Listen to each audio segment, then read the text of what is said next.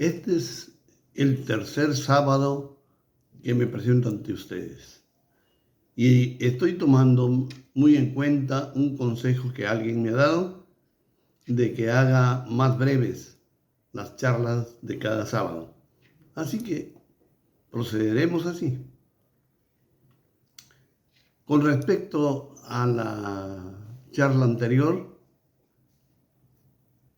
que habla sobre Génesis capítulo 1, en donde he manifestado mi opinión de que todo el capítulo trata sobre la adaptación de la tierra para que llegue a ser morada del hombre.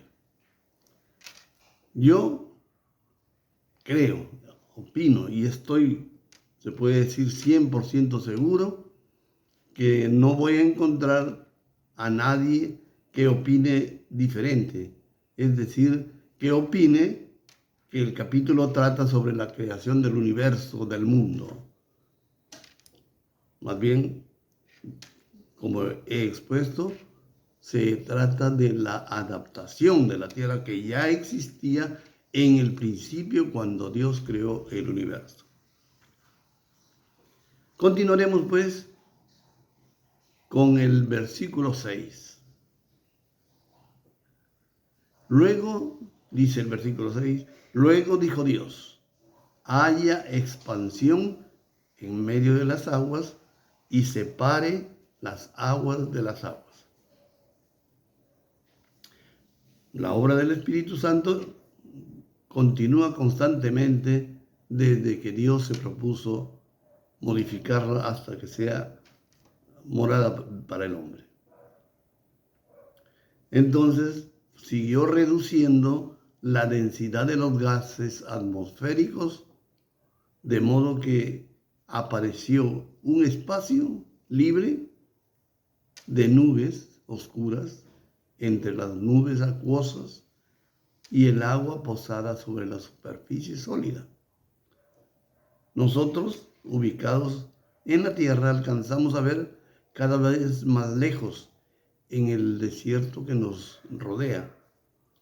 Vemos cerros y de tanto en tanto sentimos golpes de agua que se mueve a nuestro alrededor en una forma de tempestades intermitentes fortísimas. Pasamos al versículo 7. E hizo Dios la expansión, o sea, un espacio libre de nubes, digamos, como podríamos decir, como el aire. Y separó las aguas que estaban debajo de la expansión de las aguas que estaban sobre la expansión, que claro, se habla aquí. Fue así, dice. Existió entonces desde este momento un espacio de, digamos, aire entre el agua de arriba y el agua de abajo. ¿Cuál agua de arriba?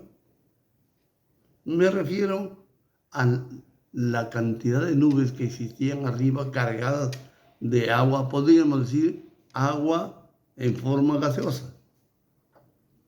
Y ese espacio libre, yo imagino, calculo que estaba cargado de anhidrido carbónico, es decir, enormemente constituido por anhidrido carbónico.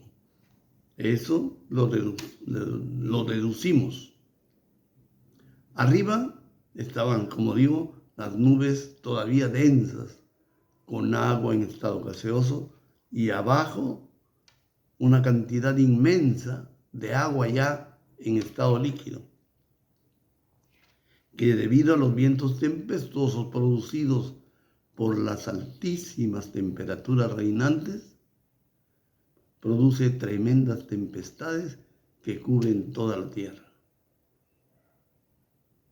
Y esas aguas se sacuden violentamente, prácticamente cubren toda la tierra en el ir y venir de las tempestades. Pero se podía y se manifiesta aquí que había agua abajo y agua arriba. Entonces, a la expansión. El versículo 8 nos dice, y llamó Dios a la expansión cielos. Y fue la tarde y la mañana el día segundo. Ahora, la variación de su constitución para convertirla paulatinamente en apta para el ser humano se aproxima un poco más a la que tenemos ahora. Llamamos atmósfera al espacio del, ya decimos, el aire. Ahora tenemos un aire apropiado. En ese tiempo era un aire lleno de anhídrido carbónico. Pero al espacio existente entre agua y agua, que se menciona aquí, la seguimos llamando cielo ahora. También expresa completado el segundo periodo de su obra, llamándole día segundo. Mire, un testimonio de Pablo dice, en 2 Corintios, capítulo 12, versículos del 2 al 4. Pueden chequearlo. Conozco a un hombre en Cristo que hace 14 años, si en el cuerpo no lo sé, si fuera del cuerpo no lo sé, Dios lo sabe. Fue arrebatado hasta el tercer cielo. Si existe el tercer cielo, según Pablo narra, entonces existe un primero y segundo cielo. Aquí Pablo está hablando de una experiencia personal suya, una experiencia maravillosa. El tercer cielo dice que él lo visitó. Bueno, ni siquiera se atreve a asegurar si fue en cuerpo o fue puro espíritu. Bueno, ese tercer cielo nosotros aún lo desconocemos y es el lugar donde mora Cristo, porque vio cosas inefables. Mora Cristo con su séquito de servidores, los ángeles. De ellos no vamos a tratar ahora, porque la decisión ya preestablecida que hemos mencionado es no hablar, o mejor dicho, hablar exclusivamente de lo que sucedió en la tierra. Esto indica, entonces, que existe un primer cielo. ¿A qué se refiere el primer cielo? Como ahora le llamamos el cielo cuando levantamos la vista y vemos el aire y las nubes arriba. A ese le llamamos el primer cielo. Es decir, se refiere a la atmósfera que respiramos y abarca hasta la altura de las nubes. Ahora, y eso es lo que menciona en Génesis 1:8. Luego tiene que existir un segundo cielo que ahora lo entendemos como referente a lo que alcanzamos a ver más allá de las nubes. Interesante. Esta revelación, plujo a Dios revelárnosla hoy, como ven, hablando y explicándonos cómo fue modificando la faz de la tierra para llegar a hacerla una morada para el hombre.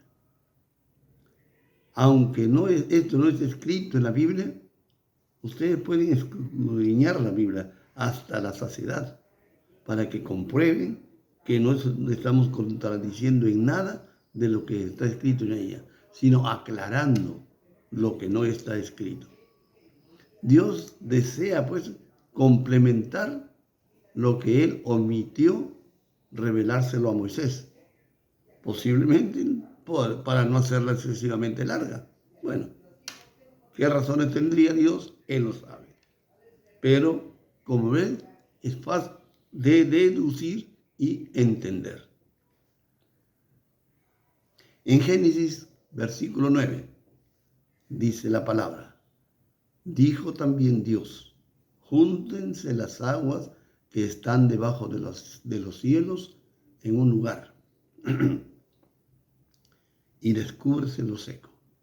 Y fue así. El Espíritu Santo entonces, siguiendo con su obra, hizo descender la temperatura hasta unos 40 grados centígrados, calculo, lo cual hizo que los vientos disminuyeran, apaciguándose entonces las tempestades en el agua de abajo, y las aguas muy tranquilas entonces se reunieran, se posaran en las partes bajas de la tierra y dejando sobresalir partes secas. No cubría ya toda la parte seca, sino parte. Versículo 10 dice: y llamó Dios a lo seco tierra, y a la reunión de las aguas mares. Y vio Dios que era bueno. En versículo 11, después dijo Dios: produzca la tierra hierba verde, hierba que dé semilla, árbol que dé fruto, según su género, que su semilla esté en él sobre la tierra. Y fue así. La parte seca la vemos hoy día y le llamamos continentes. Ahí, en general, y como ahora en general, a lo seco, a lo que sobresale del mar, le llamamos tierra. Y a la reunión de las aguas le llamamos mares, océanos. Ahí le llamó mares. En este versículo se revela que lo primero que creó Dios, después de tratar sobre las aguas, fue hierba. Digamos, comenzó a crear elementos vivos y comenzó con la vegetación. La hierba que se reproducía mediante el crecimiento de sus ramas, célula a célula, en forma interminable podía continuar. Luego creó Dios hierbas más complejas, que él menciona que se reproducían ya mediante semillas. Es decir, Dios empieza a crear una variedad tremenda de vegetales. Posterior, sigue creando árboles que producían fruto, y en su fruto contenían su semilla. Eso lo menciona la Biblia, que su semilla esté en él. La variedad que creó no se especifica, pero es indudable que sus especies y géneros fueron tremendamente numerosas. Se aclara que esta creación la fue haciendo Dios según su género. Es decir, de cada especie creó una semilla con su ADN específico. Aunque entonces nadie podía informarse qué era eso. Y recién en el siglo XX el hombre descubrió su existencia. La existencia del ADN. En Génesis, versículo 12, dice: produjo pues la tierra hierba verde, hierba que da semilla según su naturaleza, cuya semilla está en él según su género. Y vio Dios que era bueno. La obra de Dios en este periodo fue crear la vegetación. Creó las semillas de cada planta según su género. Y lo reitera, posiblemente, para avergonzar a los sabios de este mundo que afirman otra cosa. Según esta declaración, no se hizo por evolución, de ninguna manera. Cada especie la creó individualmente, y al multiplicarse cada una, cubrieron la faz de la tierra con la finalidad de cambiar la constitución de la atmósfera de modo que predominara el oxígeno y los demás elementos que iban a necesitar los animales que iba a crear después. En su plan, existía el desarrollo de la ciencia para esos tiempos. Él sabía que en estos últimos siglos la humanidad iba a requerir del petróleo. ¿Se les ha ocurrido pensar en eso? Que Dios pensó en crear el petróleo para estos tiempos. Así que, previendo eso, permitió la sobreabundancia de la vegetación. Los bosques que aquí se formaron tenían las dimensiones apropiadas. Posiblemente esos bosques medían unos 300 metros de altura o más, no sé, y eran completamente tupidos. ¿Por qué?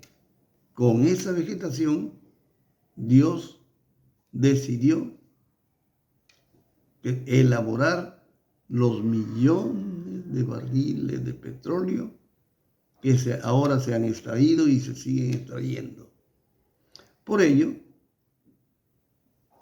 procediendo a su trabajo, Dios hizo que se produjeran cataclismos tremendos. No habían más seres vivos que la vegetación, así que no había nadie, ningún ser vivo, ningún animal, digamos, a quien perjudicar. Entonces, toda la vegetación que había entonces fue removida porque la tierra fue cortada, quebrada. ¿Se imaginan ustedes unos terremotos inmensos que hicieron trozos de la tierra? Entonces, la corteza terrestre se cortó en, digamos, en planchas. Y esas planchas, con los movimientos, hizo que se voltearan en la superficie, dejando abajo la vegetación y quedando arriba elementos sólidos, tierra, ¿no? Formó así, digamos, enormes sándwiches de plantas. Imagínense ustedes. Esa vegetación enterrada bajo la superficie, luego de un largo proceso, digamos, de maduración, con la presión apropiada que Dios dispuso, y no sé qué circunstancias adicionales, Dios sabía lo que hacía. La fórmula que quedó elaborada para ese trabajo fue ideada por Dios. Se convirtieron esa vegetación con el tiempo y siglos en todo el petróleo que ahora existe y ha existido y todavía queda. Los estudiosos temen que se agoten, pero eso yo les garantizo, no sucederá hasta que cubran la necesidad de la humanidad. Dios es un calculista incomparable. Además, Dios no solo provee para nuestras necesidades, sino que también prevé. Completado el ciclo, la tierra volvió a quedar desértica, por supuesto. Así que Dios volvió a crear nueva vegetación con nuevas especies de plantas. Ahora, más de acuerdo con la nueva necesidad que venía. Fueron plantas en menor densidad, con frutos más deleitosos, flores hermosísimas, y en su variedad se deleitó, creando, viendo y comprobando siempre que eran buenas. Esto está escrito en la Biblia, pero es deducible por lo que vemos que ha sucedido. Dios disfrutaba creando nuevas especies quizá cada día una o varias, no sé, durante un tiempo que podrían ser millones de años. Él, siendo el creador del tiempo, no le apremiaba el tiempo. Es así que ahora contamos con millones y millones de especies. Dios mío, te glorifico por tu obra. Vamos a suspender el estudio, como dije, para que no se cansen. Pero toda la Biblia nos está hablando en forma clara y precisa de la obra de Dios. Vamos comprendiendo, yo al menos lo comprendo, la obra maravillosa que solamente la inteligencia, el poder de Dios pudo ir elaborando aquí. Inclinamos nuestros rostros y adoramos a ese Dios Padre, Hijo y Espíritu Santo, que es tan sabio, tan poderoso, tan grande. Los dejo por ahora, no sin antes hacerles presente que necesitamos, yo al menos necesito, que estas ideas que me parecen necesarias para todos los que les interese conocer la verdad, hay que comunicarles, darles entrada. En primer lugar, envíenme, por favor, su mensaje, sus opiniones, su juicio, para que si algún error notan en mí, lo pueda corregir. O para ir conociendo a quienes les agrada, para poderles ir enviando los siguientes capítulos, digamos, que sábado a sábado pienso ir enviándoles. Háganme saber si les gusta. Para ello, presionen el puño que está cerrado con el dedo para arriba. Esto me dirá que les agrada. Pero eso no es suficiente. Necesito, como les digo, sus opiniones que me las pueden dar presionando la palabra, se me fue el término, para manifestar sus opiniones. También quiero que compartan estas revelaciones para que sean muchos, cuantos más personas se informen, me sentiré más agradecido a usted y a Dios, porque esto lo estoy haciendo porque pienso que Dios me está dando algo para que lo comparta, para que lo haga saber. Ayúdenme ustedes, colaboren conmigo en esa difusión. Tienen ustedes amigos, contactos, conocidos, sin ningún temor, envíenles a ellos estas grabaciones y cada uno decidirá si lo ve o no lo ve. Si le llama la atención, si le agrada, lo verá y seguirá viendo. Si le cansa, si no le parece nada bueno, pues hasta les agradecería que me lo hagan saber. Yo pienso enviarles cada sábado a todos mis amistades, a todos los que conozca, para que puedan participar de este razonamiento. Que Dios los bendiga a todos y nos vemos el próximo sábado.